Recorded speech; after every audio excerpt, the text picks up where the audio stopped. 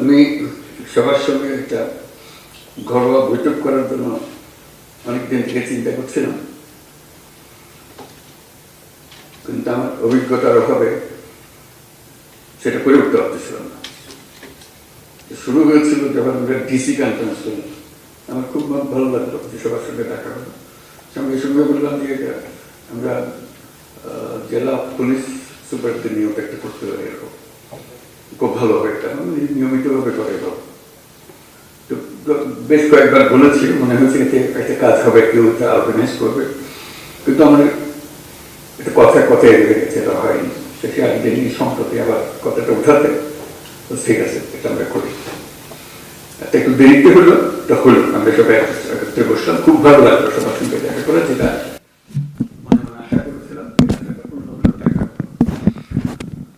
আশা করেছিলাম। এই জন্য সরকার যাই কিছুই করতে চাক না কেন, যে ভঙ্গিতেই করতে চাক না কেন, শেষ পর্যন্ত পুলিশের হাত দিয়ে করতে হয়। তারা করে দেবে না, তারা এনভায়রনমেন্টটা সৃষ্টি করে। ওই এনভায়রনমেন্ট না থাকলে তাহলে কোনো কাজ আর হয় না। কারণ পুলিশের কথা প্রসঙ্গে বারে বারে আমরা বলছি দুটো শব্দ, আইন ও শৃঙ্খলা। এটি হলো পুলিশ। কাজে ওই পুলিশের হাতে এটাকে এক্সিকিউট করা, এটাকে এই পরিবেশ সৃষ্টি করা, আইনের পরিবেশ সৃষ্টি করা। আইন যদি না থাকলো তাহলে সরকারও কি, গণতন্ত্র কি, অধিকার কি, মানুষ নাগরিকদের কি, কিছুই থাকে না। কাজে এটাই ছিল মূল জিনিস, যে আমরা পুলিশকে অবহেলা করে কিংবা পাশ কাটিয়ে গিয়ে দেশ করতে পারবো না। তারাই সম্মুখ সারির মানুষ। তারা ক্ষেত্র প্রস্তুত করলে তখন বাকি জিনিসগুলো হয়, তখন বীজ লাগানো হয়, চারা লাগানো যায়, সবকিছু হয়। আইন না থাকলে, শৃঙ্খলা না থাকলে, যত বড় বড় চিন্তাই হোক, যত টাকাই ঢালুন, কোনো কাজে আসবে না। কিন্তু সেই জন্যই পুলিশের গুরুত্বটা মনে মনে খুব অনুভব করছিলাম, যে একবার বসি, নিজেদের মধ্যে একটা আলাপ আলোচনা করি, কি করা যায়, কিভাবে অগ্রসর হব। আজকে তোমাদের তরফ থেকে কথাগুলো শুনে খুব খারাপ লাগলো, যে এই অবস্থার মধ্যে তোমাদেরকে কাজ করতে আমরা ঠেলে দিয়েছি, যে করো। কাজ করার তো একটা পরিবেশ লাগে, সহযোগিতা লাগে, সামর্থ্য লাগে। সেটা ছাড়া, এই ঢাল তলোয়ার ছাড়া আমরা যুদ্ধক্ষেত্রে পাঠিয়ে দিয়েছি যে লড়াই হোক। সেই জিনিসটা আমি অবশ্যই পরপরই এটা নিয়ে বৈঠক করবো, সমাধান করতে পারবো যাই না, কোনো জিনিস সমাধান করতে বড় কঠিন জিনিস হয়ে যায়, কিন্তু চেষ্টা করবো যে কি করা যায়। যদি ব্যর্থ হই, মনে করি যে আমি চেষ্টা করেছিলাম কিন্তু ব্যর্থ হয়েছে, চেষ্টার অভাবে ব্যর্থ হয়নি। এটা প্রথম চোটে মনে পড়লো যে করা। এরকম আলাপ হলে অনেক কিছু মনে পড়বে, যেগুলো আমরা চেষ্টা করব। যদি আমরা বলি যে এটাই তোমাদের কাজ, দেশকে পরিবেশটা সৃষ্টি করা যেখানে দেশ এগিয়ে যেতে পারে, তাই যদি হয়, তাহলে যাদের হাতে পরিবেশ সৃষ্টি করার দায়িত্ব, যাদের কাছে দেশকে তৈরি করার দায়িত্ব এগিয়ে যাওয়ার জন্য, তাদের নিজেদেরকে তৈরি করতে না পারলে তাহলে তারা বাকি কাজ হলো না। তো সেই জন্য আমরা অগ্রাধিকার দিতে চাই, প্রায়োরিটি দিতে চাই যে যেটা আমরা পারি। আর কথা বলার আরেকটা কারণ ছিল, যে কারণে বসতে চেয়েছিলাম, সেটা হলো যে আমি সরকারে যোগ দেবার আগেও বলেছি, এখন সরকারে যোগদান পরেও বলছি, বাংলাদেশ একটা মস্ত বড় সম্ভাবনাময় দেশ। আমি বারে বারে এটা অনুভব করি। এটা রাজনৈতিক মাঠের বক্তৃতার জন্য না, ব্যক্তি হিসেবে, দেশের নাগরিক হিসেবে অনুভব করি যে এটা বিরাট একটা সম্ভাবনা, এবং কিছু কিছু উদাহরণও যে কেন এটার সম্ভাবনাটা আমি দেখি। কিন্তু সেই সম্ভাবনাটাকে আমরা বাস্তবের দিকে আনতে পারছি না, থেকে যাচ্ছি। আজকে আমরা একটা সুযোগ পেয়েছি, মস্ত বড় সুযোগ, সেই সম্ভাবনাকে কার্যে পরিণত করা। এবং জুলাইয়ের এই অভ্যুত্থানের ফলে সেই সম্ভাবনাটা সৃষ্টি হয়েছে। এই সম্ভাবনার যে পরিবেশ সৃষ্টি হয়েছে সেটাকে যেন আমরা হারিয়ে না ফেলি। কেন হারিয়ে ফেলা খুব সোজা, মুহূর্তে হারিয়ে যাবে। এই সম্ভাবনাকে ধরে রাখা, যেটুকু সময় আমাদের আছে সেটুকু সময়ের মধ্যে আমরা চেষ্টা করব, ভবিষ্যতে যারা আসবে তারা আশা করি চেষ্টা করবে, পথটা যেন আমরা সৃষ্টি করে দিই। এই পথে আমরা এগুলো সম্ভাবনাগুলো বাস্তবে পরিণত হবে। শুধু বাংলাদেশ একটা সুন্দর দেশ হবে, নিয়মতান্ত্রিক দেশ হবে, গণতান্ত্রিক দেশ হবে, সেটা তো বটেই। আমি মনে করি বাংলাদেশ পৃথিবীর যে সমস্ত অগ্রগামী দেশ আছে যারা পৃথিবীতে নেতৃত্ব দেয় তাদের মধ্যে একটা হতে পারে, এরকম একটা দেশের সম্ভাবনা আছে। এটা কোনো আত্মতুষ্টির জন্য না, এটা আমরা, আপনারাও নিশ্চয় দেখবেন, তোমরা দেখবে এটা, যেটা একটু বিচার করলে মনে হয় যে হ্যাঁ এই সুযোগ আছে। আমি একটু কয়েকটা উদাহরণ দিই। এই যে গণ অভ্যুত্থান হলো, এটা বিরাট একটা কাণ্ড, ইতিহাসের একটা বিরাট পরিবর্তন সূচিত হলো। লণ্ডভণ্ড অবস্থার মধ্যে আমরা এই যাত্রা শুরু করলাম। সারা দুনিয়ার যত দেশ আছে সবাই আমাদেরকে সমর্থন করলো। শুধু মিনমিনে সমর্থন না, আচ্ছা আচ্ছা ঠিক আছে করো, ওরকম না, উৎসাহ করে এগিয়ে আসলো। তারা যেরকম মনে করেছে যে হ্যাঁ এই দেশ যদি উঠে দাঁড়াতে পারে সেটা ভালো সঙ্গী হবে সবাই। আমাদের উপরে তারা ভরসা করেছে, যেরকম আমরা নিজেদের উপরে সে ভরসা আনতে চাই। আমাদের সে ভরসা অনেক সময় হারিয়ে যায়, যে মনে হয় যে না কী হবে, এই তো 2 দিন পরে আবার সব পাল্টে যাবে, কয়দিন থাকবে এটা দেখি আমরা। একটা প্রশ্নবোধক নিয়ম রয়েছে। আমি যেটা বলার চেষ্টা করছি যে প্রশ্নগুলো সরিয়ে দেওয়া, আমাদের কোনো প্রশ্ন নেই, আমরা এটা করবই, আমরা করার সামর্থ্য আছে আমাদের। এই যে নতুন করে আমাদের যাত্রা শুরু হলো, এটা একটা মস্ত বড় সুযোগ। এই সুযোগটার উপরে আমি আন্ডারলাইন করছি, এই সুযোগটা যেন আমরা হারিয়ে না ফেলি। এটা শুধু মুখে বললে তো হবে না, সেটা ওই যে আজকের যে আলোচনা হচ্ছে সেটার মাধ্যমে ওটা করতে হবে, যে সুযোগগুলো সৃষ্টির জন্য তারও একটা পরিবেশ লাগে, সেই পরিবেশটা সৃষ্টি করা। তো সেখানে পুলিশ বাহিনী একটা মস্ত বড় ভূমিকা পালন করে। ওই যে বললাম আইন ও শৃঙ্খলা, আইনটা যদি আমরা সঠিকভাবে প্রয়োগ করতে পারি, শৃঙ্খলা যদি প্রতিষ্ঠিত করতে পারি, তাহলে যে কোনো যুদ্ধ জয় সম্ভব। এই যে এগিয়ে যাওয়ার যে যুদ্ধ লড়াই, যেটা এটা আনন্দের লড়াই, এটা কোনো কষ্টের লড়াই না। যত এগিয়ে যায় তত ফুর্তি লাগে, নিজের কাছে ফুর্তি লাগে, নিজের ছেলে মেয়েদের সঙ্গে কথা বলতে ফুর্তি লাগে যে আমরা একটা কাজ করছি, তারা দেখছে, তারা উদ্বুদ্ধ হচ্ছে, এবং নিজের তুষ্টি হচ্ছে যে আমি একটা এমন ভূমিকায় আছি যে ভূমিকায় দেশে একটা পরিবর্তন হবে।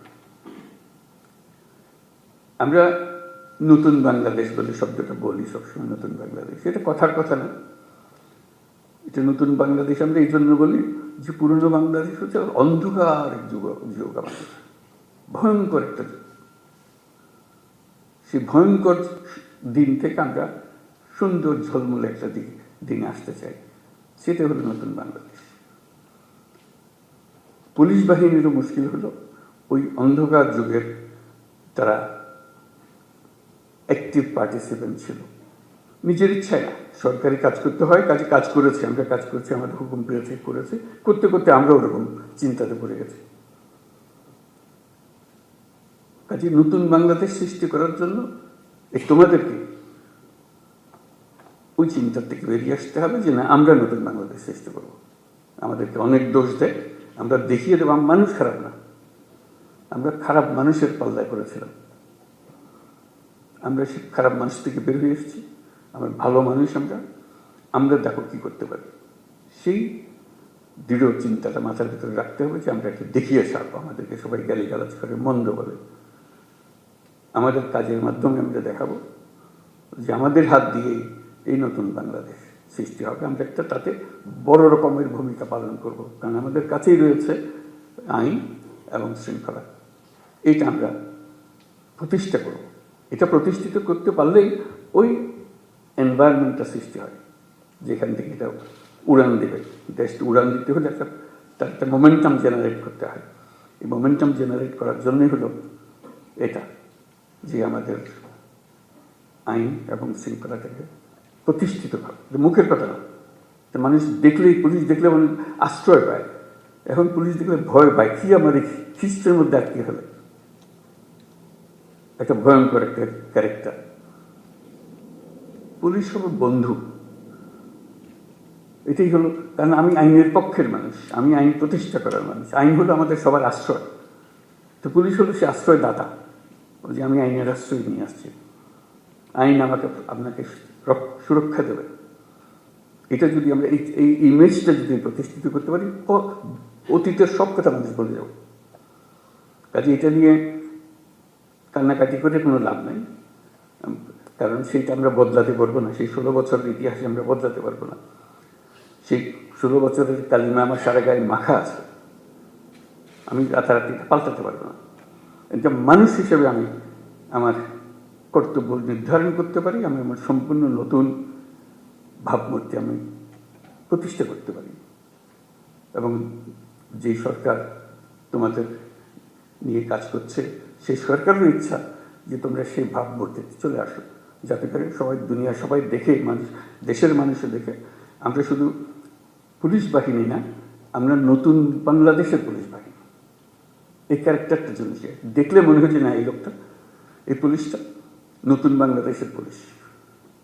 তোমার কাজে কর্মে তখন মানুষ অতীত ভুলে যাবে, মাফ করে দেবে, যা আমাদের সবাইকে ভুক্তভোগী হতে হয়েছে, সেটার কারণে তাদেরকে সেই ভূমিকা পালন করতে হয়েছে। এখন সুযোগ পেয়েছে, তারা নিজের চরিত্র নিজের ভাবে উন্মোচন করেছে যে আমি নতুন বাংলাদেশের পুলিশ। এই নতুন বাংলাদেশের পুলিশ বলতে যা যা তোমার মনে আসে, সেই জিনিসটাকে প্রতিষ্ঠা করা, এটাই হলো আমাদের মূল কাজ। এটা করতে পারলে আমরা আমাদের এই যে সুযোগ সৃষ্টি হলো, আমি যে সুযোগের উপরে জোর দিচ্ছি, অভ্যুত্থানের কারণে যে সুযোগ সৃষ্টি হয়েছে, যার কারণে আমরা নতুন বাংলাদেশের কথা জোর দিয়ে বলছি। মাঝে মাঝে লোকে মনে করে এটাও একটা রাজনৈতিক বক্তব্য, বলতে শুনতে ভালো লাগে, কিন্তু অন্তঃশাসন না। আমরা সেভাবে বলার চিন্তা করি নাই। আমরা বাস্তবিক পক্ষে মনে করেছি যে এটা একটা মস্ত বড় সুযোগ। এটা নতুন দেশ, যেমন নতুন দেশ আর আশেপাশের 2-4টা দেশের সঙ্গে পাল্লা দেবে তা না।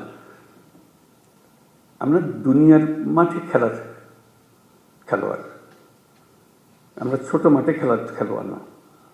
বাংলাদেশ, ওই যে বললাম, বাংলাদেশ অপূর্ব একটা দেশ। সেই দেশে যারা আমরা দুনিয়ার মাঠে খেলি, আমাদের দেখে লোকে হাততালি এসছে, বাংলাদেশ নেমেছে এবার। ওরকম চাই, ওরকম এমন করতে পারি। এটাও কোনো বাক্য উচ্চারণ করা মানুষের মধ্যে একটু ভাবনা চিন্তা সৃষ্টি তা না। আমরা বাস্তবে পারি, আমাদের সেই সুযোগ আছে। সেই সুযোগগুলোর কথা বারে বারে বলার চেষ্টা করছি, এই সুযোগগুলো যেন আমরা গ্রহণ করি। তো সেই নতুন বাংলাদেশের পুলিশ বাহিনী হিসেবে আমাদের করণীয় কি করতে পারি? অতীত নিয়ে কান্নাকাটি করার দরকার নাই, নতুনের জন্য আমরা প্রস্তুত এবং করে দেখাবো। এটা মুখে বলে আমরা নতুন বাংলাদেশ করবো ইত্যাদি মুখে বলার দরকার নেই, কাজে বলবো যে হ্যাঁ এই হলো নতুন বাংলাদেশের পুলিশ বাহিনী। সবাই ভাবা দেবে যে হ্যাঁ এই একটা কাজ, এবং আশেপাশের যারা আছে তারা বললো যে ভাই আপনার একটা কাজ দেখালেন এবার। এটা আমরা চিন্তা করি নাই, পুলিশের হাত দিয়ে এর কাজ হতে পারে, পুলিশের মাথায় চিন্তা আসতে পারে। কারণ পুলিশ সম্বন্ধে ইমেজ হলো যে তারা খারাপটা আগে দেয়, খারাপটা আগে করে। আমরা ভালোটা আগে দেখবো, ভালোটা আগে করবো। আমাদের পুরো বাহিনীটা নিয়োজিত, 1-2 জন করা সেটা ঠিক আছে, খারাপ না, কিন্তু তাতে বাহিনী পাল্টায় না। বাহিনী সামগ্রিকভাবে একটা কাঠামো, এই কাঠামোর কাছে অনেক শক্তি, যদি আমরা সেই শক্তিকে ঠিক দিকে প্রসারিত করি।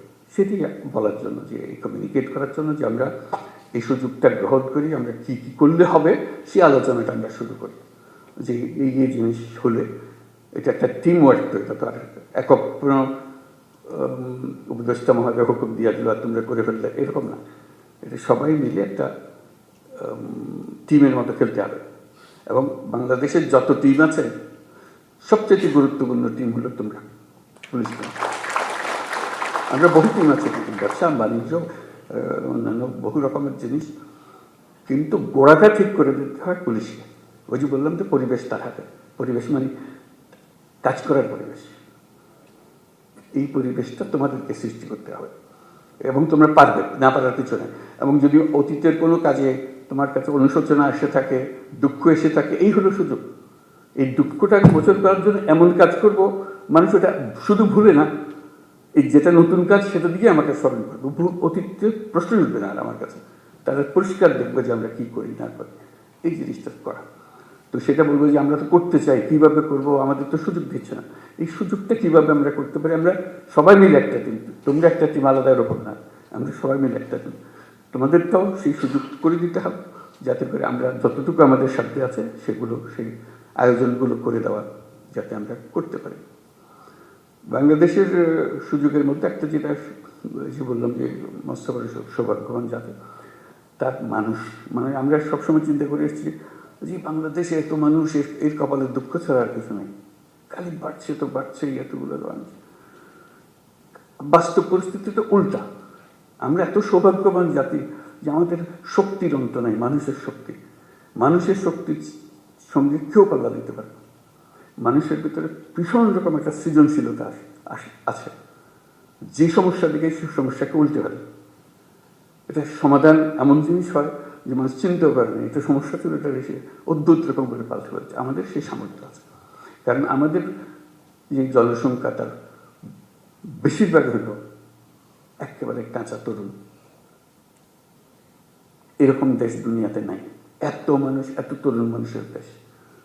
এবং সে তরুণ অসহায় তরুণ না, তারা নানা বুদ্ধি সল্লা করে, এটা করে ওটা করে, কোনো জিনিস বাদ থাকে না। আমরা অতীতে যা যা করে এসেছি একটু ফিরে দেখলে, তার ব্যাখ্যা করলে দেখা যাবে কী রকম সমস্যাটাকে তারা সমাধান করে দিয়ে নিজে নিজে সব করে ফেলেছে। আমরা সবাই মিলে তাদেরকে বাধা দিয়েছি, সরকার বাধা দিয়েছে, পুলিশ বাধা দিয়েছে, ব্যবসা বাধা দিয়েছে, কিন্তু তারা এর মধ্য থেকে কাজটা করে ফেলেছে। আমরা পথে পথে তাদের বাধা সৃষ্টি করেছি।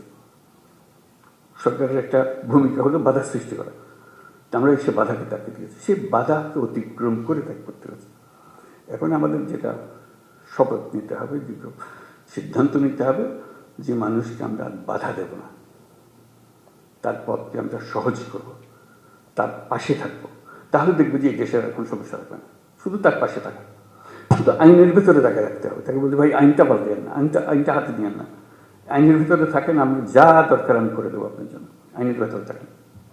আর আমি নিজে যদি আইন ভঙ্গ করি তাহলে সে তো বলবে যে আসে আমি কি, আপনি কি আমার ওয়াজ করতেছেন, সেই ওয়াজটা আপনি নিজে মানতেছেন না, সে হাসবে। এখন এটা কোনো অর্থ থাকবে না। কাজে নিজে আগে মানি যে আমি আইনের ভেতরে থাকবো, এবং তখন সে মানবে যে হ্যাঁ আইন এটা আমাদের করতে হবে, যেটা করা। সম্ভাবনার কথাটা বললাম, এই সম্ভাবনাটা কীভাবে আমরা কাজে লাগাবো। এই সরকার, অন্তর্বর্তীকালীন সরকার, এটা হাতে খুব বেশি সময় নাই। আমরা অলরেডি 7 মাস পার করে এসেছি। আমরা বলছি ডিসেম্বরে নির্বাচন হবে। তো কাজে এর মধ্যে যা আমরা করতে চাই, যা আমাদের সামর্থ্য আছে এগুলো করে ফেলা। কাজে কী কী সংস্কার, আমরা সংস্কারের উপর দিচ্ছি, তোমরাও সংস্কারের কথা বলছো, যে আমাদের যত সংস্কার করার দরকার আছে আমি করে ফেলি। কারোর জন্য অপেক্ষা করে আমাদের কোনো ফায়দা হবে না, কাজটা করতে হবে এবং সেটা আমাদের প্রতিষ্ঠিত করতে হবে। যে আমরা সেই অংশটা করব, এটা আশ্বাস দিলাম তোমাদেরকে। তোমরা আমাদেরকে বলবো যে আমরা আমাদের পার্টটা আমরা করবো। আমরা এই নতুন বাংলাদেশের নতুন সৈনিক পুলিশ বাহিনী হব। এটা হলেই আমরা ওই ক্ষেত্রটা প্রস্তুত করলাম। এই ক্ষেত্র প্রস্তুত করলেই আমরা থাকি আর না থাকি, এটা রেশ থেকে যাবে, এটা চলবে। অন্যরা মনে করবে যে না এটা সুন্দর চলছে, এটা চলতে থাকবে, সেই জিনিসটা করে। যেহেতু নির্বাচন আসছে, নানা রকমের সমস্যা হবে, নানা রকম চাপ আসবে, তবে ডেসপারেট হয়ে যাবে, আমার ক্যান্ডিডেটকে জেতাতে হবে, ওর ক্যান্ডিডেটকে জেতাতে হবে। তুমি এখন আইন মানতে চাইলে তোমার উপরে খেপাখেপি করবে যে না কিছু তো আইন, তুমি আমার আইন দেখাও, এসব হবে। আমাদের সেখানে শক্ত থাকতে হবে, আইনের ভেতরে থাকতে হবে, যাতে করে যে সরকার নির্বাচিত হয়ে আসবে সে সরকারের আইনের সরকার যেন হয়, আইনের মারফতে যে এসছে, যে আইন ভেঙে ভেঙে এসছে সে সরকার কোনোদিন আইন রাখতে পারবে না, কারণ সে ভাঙারই অভ্যাসটা। কাজে এই যে সুযোগের কথাটা বললাম, এই জন্য বললাম এই সুযোগটা হলো এমন যে আমরা যাতে ভবিষ্যতের সরকারটার জন্য আইন মানার সরকার হয়, এটার জন্য আমরা নিশ্চিত করতে পারি। সেটারও দায়িত্ব তোমাদের হাতে, যেহেতু নির্বাচনটা তোমাদের হাত দিয়ে হবে। কারো কথা মানার দরকার নাই, না অন্তর্বর্তীকালীন সরকার, না অন্য সরকার যারা নির্বাচন করছে তাদের বিষয়ে কারো কথা। আইন যা বলে তুমি আইনের ভেতরে থাকো, তাহলে পরবর্তী সরকার আইন মানার সরকার হবে। আর যদি বলছে হ্যাঁ ওরা কি আছে, ওরা তো আসতেছে, ওদের কুটুম মানুষ ছাড়া আমরা কি করব, তাহলে আমরা অন্যদিকে চলে গেলাম। যেই হোক সে ছাত্রদের দল হোক, সে পুরানা দল হোক, নতুন দল হোক, কিছু হয় না, বলে আমরা আইনের ভেতরে আছি। আইন আমাদের যা নির্দেশ দেবে সে নির্দেশ, আপনারা আইন পাল্টান, আমরা সে নতুন আইন সেভাবে করবো। ওই জিনিসটা যেন শক্ত থাকে, যে আইনের ভেতরে থাকবো, যাতে ভবিষ্যৎ আমাদের আবার এই পুরনো জগতে ফিরে যেতে না। আমাদের শুধু ভয় হলো আবার অন্ধকারে যেন হারিয়ে না যায়। এক মহা অন্ধকার থেকে আমরা পার হয়ে এসেছি, আমাদের কপাল ভালো, ছাত্ররা আমাদেরকে সেটার থেকে মুক্তি দিয়েছে। আমরা যেন আবার এই গর্তের মধ্যে ঢুকে না পারি, তাহলে আমাদের আর রক্ষা নেই, আমাদেরকে কেউ আর উদ্ধার করতে পারবে না। তো আজকে খুব ভালো লাগলো আলাপ করে, আরেকটা বেশি আলাপ করে নিয়ে বলতে, তোমাদের তো বিভিন্ন জেলার থেকে এসছো, বিভিন্ন রকম কাজ। অন্য সময় আমি বলেছি, আবার তোমাদের সঙ্গেও বলি সেটা কথা, এক একজন এক একভাবে কাজ করবে, নিজের সৃজনশীলভাবে কাজ করবে। আমার সমস্যা আমি জানি, আমার এলাকার সমস্যাটা কি। উপর থেকে হুকুমের অপেক্ষার দরকার নেই, উপরওয়ালারা হুকুম দেবে নানা জিনিস। আমি আমার জগতের সমস্যাটা দিকে, আমার জেলার কী কী সমস্যা, এটা আমি একটা তালিকা নিয়ে নেবো। এইগুলোতে আমি একটা প্রায়োরিটি দেবো, এই জিনিসগুলো আমি করবো। নিজের একটা ব্যক্তিগত একটা ডিসিশন, এটা আমি করবো। এই জিনিসটা আমি সহজ করে দেবো, এই জিনিসটা আমি করবো। যে সমস্ত জিনিস আমার দরকার, যেমন আমাদের আইন শৃঙ্খলার যা যা বিষয়গুলো আছে, বিশেষ করে নারীদের বেশি এখন জোর আলাপ চলছে, যেটা আমাদের রক্ষা করতে হবে, নারীদের সুরক্ষা দেওয়া। এটা একটা মস্ত বড় কাজ। এটা আমাদের অবহেলার কারণেই এটা ক্রমে সমাজের মধ্যে দ্রুত বিস্তার লাভ করেছে। আমাদের দেশের অর্ধেক মানুষ অসহায় হয়ে পড়েছে, তাদের প্রতি দৃষ্টি দেওয়ার কেউ নাই। তার রাস্তাঘাটে চলতে গেলে ভয় লাগে, কথা বলে আপনার মেয়ে রাস্তা দিয়ে যায়, সে ভয়ে বয়ে যায়। এটি কোন ধরনের কথা? এই দেশের একজন নাগরিক রাস্তা দিয়ে যাবে, তার মনের মতো একটা ভীতি টানবে, তাকাতে তার দিকে তাকালে কি বুঝবে, কোন দিকে তাকালে না নিচের দিকে তাকালে না উপর দিকে তাকাবো, বুঝতে পারছে না। কোন কাপড় পরবো বুঝতে পারছে না। কোনটা আমি নিরাপদ হবো, আমার নিরাপত্তা কোথায়? বাপ হিসাবে, ভাই হিসেবে আমাদের তো একটা পারিবারিক দায়িত্ব আছে, তারপরে পুলিশ হিসাবে আমাদের সবচেয়ে বড় দায়িত্ব। আইনে তাকে সমস্ত অধিকার দিয়েছে, সেই আইন তার জন্য দেওয়া, তার হাতে তুলে দেওয়া, যে হ্যাঁ এই আইন আপনাকে অধিকার দেবে, আমি সেই আইন প্রয়োগ করার মালিক, আমি আপনার অধিকার নিশ্চিত করার দায়িত্ব আমার, আমি এই অধিকার নিশ্চিত করবো, আমার এলাকায় আমি নিশ্চিত করবো। সারা বাংলাদেশে কি হচ্ছে এটা তো আমি জানতে থাকবো, কিন্তু আমার হলো যে আমার যে এলাকাতে, আমি তো একটা এলাকার মালিক, আইনের মালিক, আমি হলাম সরকার, আইনের সরকার। কাজে আমার নিশ্চিত করছে সে অধিকার যেন প্রতিষ্ঠিত করতে পারে, কোথাও যেন এটা নিয়ে প্রশ্নটা তুলতে না পারে কেউ। এই নাগরিকদের অধিকার হিসেবে আমার সেই জিনিসগুলো দেওয়া, যাতে করে অধিকার থেকে সে কোনো রকম বঞ্চিত না হয়। তারপরে আরও নানা রকমের অধিকার আছে, সেগুলো যেন আমরা বঞ্চিত না হয় কেউ, সে প্রতিষ্ঠিত করা। বিশেষ করে নারীদের বিষয়টা এসছে বলে আমি উল্লেখ করলাম, এটা খুব গুরুত্বপূর্ণ বিষয়। কারণ তা না হলে আমরা ওই যে বললাম যে বহু সম্ভাবনার একটা দেশ, সেই সম্ভাবনা এখানে শেষ হয়ে যাবে যদি আমরা ওইটুকু না পাই। সংখ্যালঘুদের নিরাপত্তা একই ব্যাপার। নাগরিক হিসেবে তার আমাদের কনস্টিটিউশন অনুসারে যত অধিকার দেওয়া আছে সবগুলো নিশ্চিত করা আমাদের দায়িত্ব, এবং সেই দায়িত্ব পুলিশের মারফতে আমাদেরকে এক্সিকিউট করতে হয়। কাজে পুলিশ হিসেবে যে সংখ্যালঘুর নিরাপত্তা এবং যে কোনো ব্যক্তির নিরাপত্তা, সেই অসহায় গরিব মানুষের নিরাপত্তা, শক্তিশালীর হাত থেকে তাকে বাঁচানো, সেটা নিশ্চিত করা ইত্যাদি, এইগুলো যেন আমরা করতে পারি। এই প্রসঙ্গে আরেকটা বিষয় একটু পরিষ্কার করি। আমরা তো বললাম যে আমরা কাজ করব এবং নতুন বাংলাদেশ গড়ব এবং খুব দ্রুত আমরা এগোতে পারবো। সব ঠিক আছে, এগুলো কোনোটাই পেছনে কোনো প্রশ্নবোধক নেই, এগুলো নিশ্চিত একটা বিষয়। কিন্তু এর মাঝখানে আমরা একটা পরিষ্কার মাথার ভেতরে যেন রাখি, আমরা একটা যুদ্ধাবস্থার মধ্যে আছি। আমরা এই 8ই অগাস্টের পরে ভুলে গেছি যে আর যুদ্ধ নাই, এখন যুদ্ধ শেষ, কথা ঠিক না। আমরা একটা কন্টিনিউয়াস যুদ্ধাবস্থার মধ্যে আছি। এইটা যেন মনে থাকে যে আমরা যুদ্ধাবস্থার মধ্যে আছি। এই যুদ্ধ অবস্থার থেকে আমাকে জয় হয়ে ফিরে আসতে হবে, বের হয়ে আসতে হবে। এই যুদ্ধটা কিভাবে হয়? পরিষ্কার, লোকে সুযোগ গ্রহণ করে, যারা পরাজিত শক্তি তারা সুযোগ গ্রহণ করে একটা উস্কিয়ে দেবে, একটা কিছু গোলমাল পাকিয়ে দেবে, এবং প্রথম নজর আসবে পুলিশের নজর। তার দৃষ্টিতেই তো সাংঘাতিক, তো আমাদের বিরাট শৃঙ্খলা ভঙ্গের কাজ করবে, আমাদের শান্তি নষ্ট করবে, আমাদের গোলযোগ পাকিয়ে বলবে। তার চেষ্টা হচ্ছে একটু গোলযোগ পাকিয়ে দেওয়া।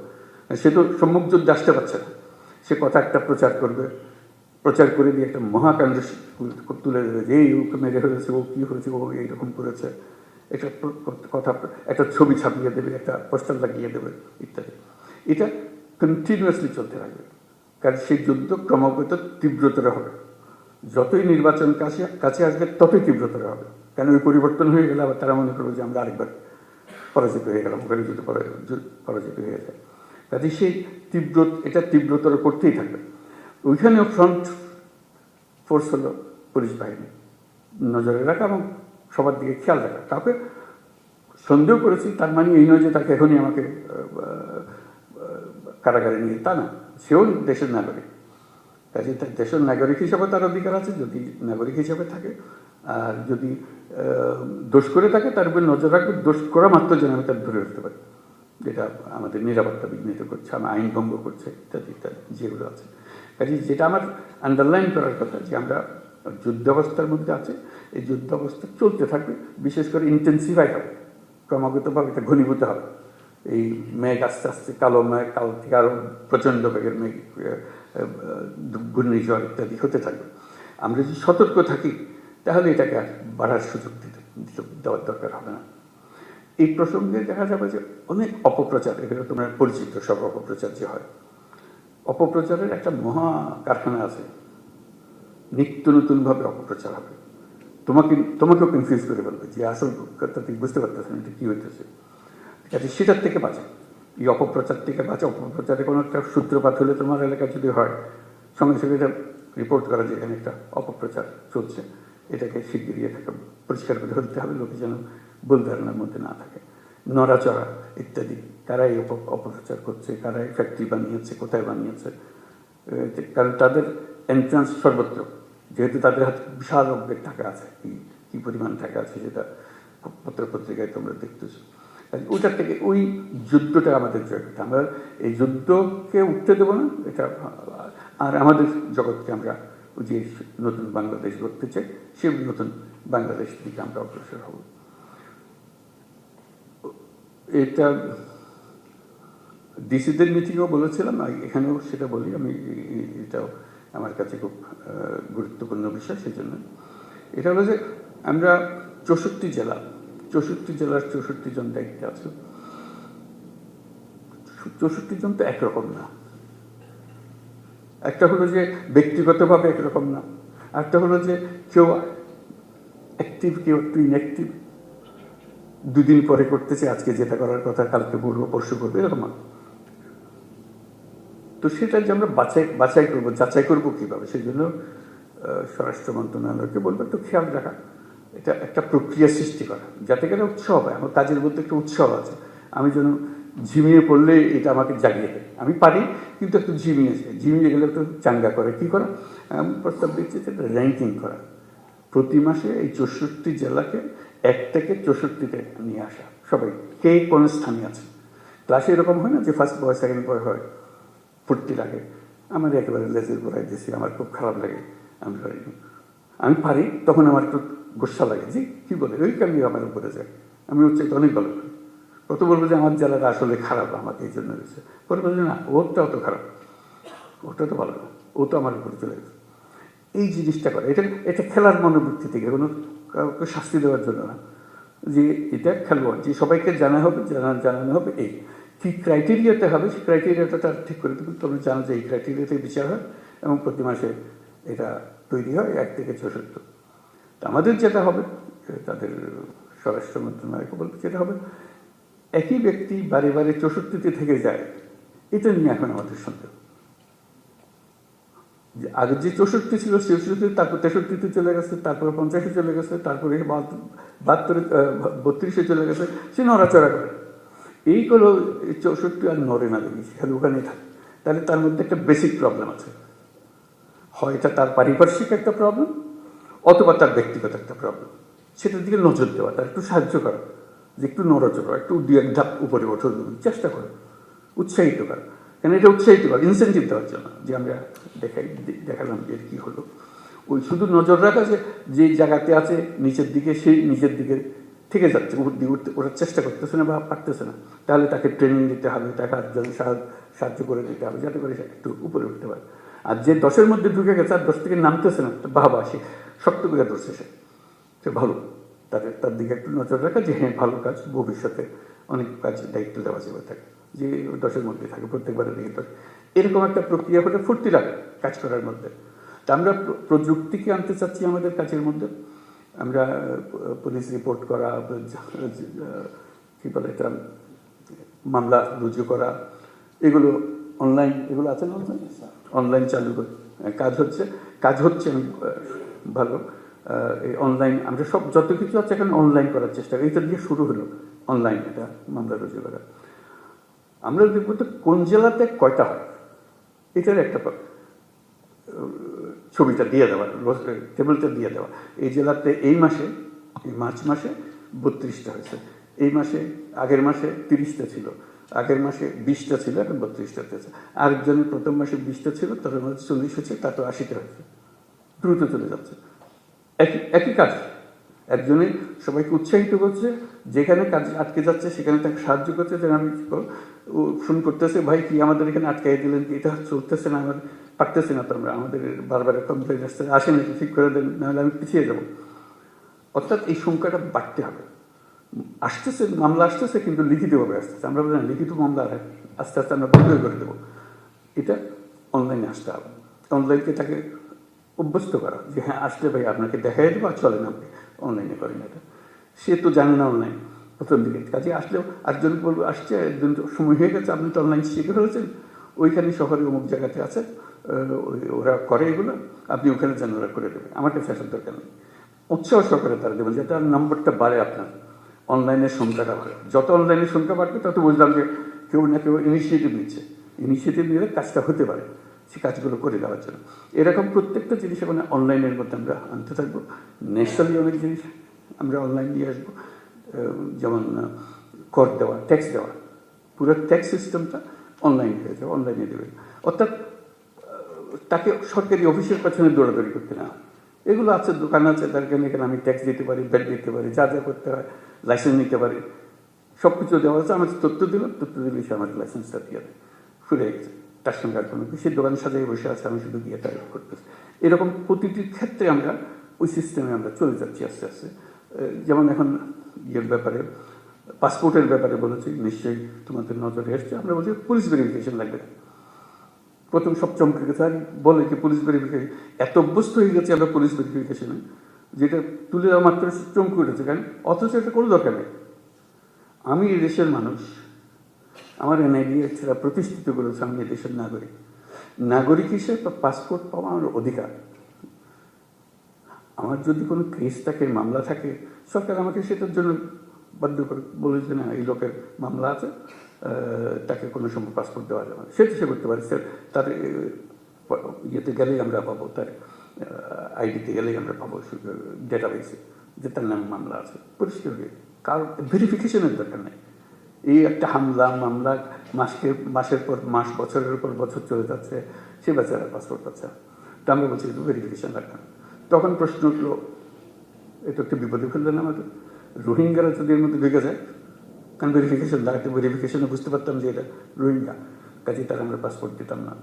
তো আমরা ঠিক করলাম যে না, সেটা UNHCR যারা রোহিঙ্গাদের দেখাশোনা করে, প্রসূত যারা, তাদের ডেটাবেস আছে, তাদের ডেটাবেস থেকে সব জানবে যে ওটা দেওয়া মাত্র ওই নম্বর ওর এনআইডি দেওয়ার মাত্রই বলবে যে ও তো এনআইডি নেই, এনআইডি ওটা বেজাল এনআইডি আছে, সে বেজাল এনআইডি অন্য জায়গায় চলে যাবে।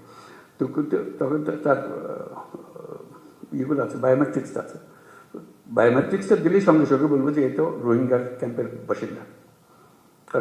তার যেহেতু ওই দুটা ডেটাবেস কানেক্টেড হয়ে যাবে, এটাই এখন আমরা প্রক্রিয়া করছি, যে দুটো একত্র হয়ে যাবে। এটা দেওয়া মাত্রই সমস্ত তথ্য স্ক্রিনে বেশি উঠবে যে ওখানকার, তাহলে সেখানে পাসপোর্ট দেওয়ার পাসপোর্ট অথরিটি ঠিক করবে যে তুমি তো রোহিঙ্গা, তোমাকে আমরা দিতে পারলাম না। কাজে ওখানে পুলিশ ভেরিফিকেশনের দরকার নেই, যেহেতু টেকনোলজি আমাদেরকে সাহায্য করছে। অর্থাৎ আমরা ওই পথে অগ্রসর হবো যাতে তোমাদের কাজগুলো সহজ হয়, আইডেন্টিফিকেশন সহজ হয়, যাতে আমরা অগ্রসর হতে পারি, সহজে অগ্রসর হতে পারি, যারা যারা আছে, কি আছে না আছে সেগুলো নিয়ে কাজ করার জন্য। কাজে বহু সম্ভাবনা আছে আমাদের এইগুলো করার জন্য। আমরা শুধু এই কাজগুলো করি, আনন্দে সহকারে করি, এগুলো কোনো কষ্ট সৃষ্টি করার জন্য করতেছে না, সবার আনন্দ। আমি আমার কাছে নিয়োজিত থাকি এই কাজে, কে কার পাসপোর্ট নেই, তার জন্য কোন গ্রামে যেতে হবে, তাতে আত্মীয় স্বজন বের করতে হবে, পুলিশ ভেরিফিকেশন, সেও একটা কঠিন কাজ। তোমাকেও যে ঝামেলার থেকে মুক্তি দিলাম, সে লোকটা ঝামেলার থেকে মুক্ত হয়ে গেল। টেকনোলজি ইউজ হলো, টেকনোলজি ইউজ করে আমরা অনেকগুলো কাজ এখন থেকে করতে আরম্ভ করব, এবং যেখানেই টেকনোলজির মোকাবিলা হবে দেখবে উৎসাহিত করবে যে ভাই ওভাবে এটাই ভালো, অনেক শান্তিতে থাকবেন আর কোনো অসুবিধা হবে না, নিজের কাজগুলো করতে পারবে। অর্থাৎ ভূমিকা পালন করার জন্য আমাদের অনেক জিনিস আছে। পুলিশ বাহিনী হলো আমাদের কোর বাহিনী, যাতে মানুষের সঙ্গে, সরকারের সঙ্গে যে আমাদের সংযুক্ত রাখে, মানুষের মনে উৎসাহ সৃষ্টি করে, আনন্দের সৃষ্টি করে, যে আমরা জাতি হিসেবে এগিয়ে যেতে চাই, আমরা হেরে যাওয়ার জাতি না, আমরা জয় হওয়ার জাতি, আমরা পারবো, আমাদের সেই সম্ভাবনার দুয়ার খুলে গেছে, সেই সম্ভাবনাগুলোকে আমরা কাজে লাগাতে চাই, সেই কথাগুলো বললাম। আজকে এই কথাগুলো বললাম, আরও ভবিষ্যৎ আরও হবে, এখন অনেক জিনিস জানতে পারলাম, এগুলো নিয়ে আমরা বসে যতটুকু করতে পারি, যাতে করে আমরা আমাদের কাজগুলো যে কয় মাস আমরা দায়িত্বে আছি, সেই কয় মাসে অন্তত আমরা অনেক দূর নিয়ে যেতে পারি। ভবিষ্যতে কী হবে সেটা ভবিষ্যতের হাতে, কিন্তু আমাদের প্রতিটা দিন যেন আমরা মনে করি যে আমরা একত্রে সবাই মিলে বসে দেশের জন্য একটা কাজ করেছে, যেটা দেশকে এগিয়ে নিয়ে যেতে সাহায্য করছে। বিশেষ করে আমাদের ছেলেমেয়েরা, তারা আমাদের দিকে তাকিয়ে আছে যে আমরা কী করছি, তাদের কপালে কি সিল মেরে দিচ্ছি যে তোমাদের দেওয়ালে কিছু দুঃখ ছাড়া কিছু নেই, নাকি তাদের দরজা খুলে দিচ্ছে যে তারা যেখানে ইচ্ছা পারে তারা যেতে পারে, তাদের সামর্থ্য দেখাতে পারে, তাদের অবস্থান দুনিয়ার সামনে তুলে ধরতে পারে, এবং সেটা পারার মতো জিনিস। আমাদের সামনের প্রজন্মদের বিষয়টা হল প্রযুক্তির জন্ম। এই প্রযুক্তি দিয়ে তারা কোথায় যে চলে যাবে আমরা চিন্তা করতে পারছি। আজকে যে ছোট্ট বাচ্চাটা আপনার ঘরে বড় হচ্ছে, দেখবেন যে সে কী যে কাণ্ড করে ফেলেছে তার 18 বছর বয়সে, 19 বছর বয়সে, আপনিও বুঝতে পারেন নাই, আপনার ফ্যামিলির কেউ বুঝতে পারেন নাই, সেও বুঝতে পারেন, কিন্তু সে রাস্তা পেয়ে গেছে, যেহেতু প্রযুক্তি তার হাতে এসছে।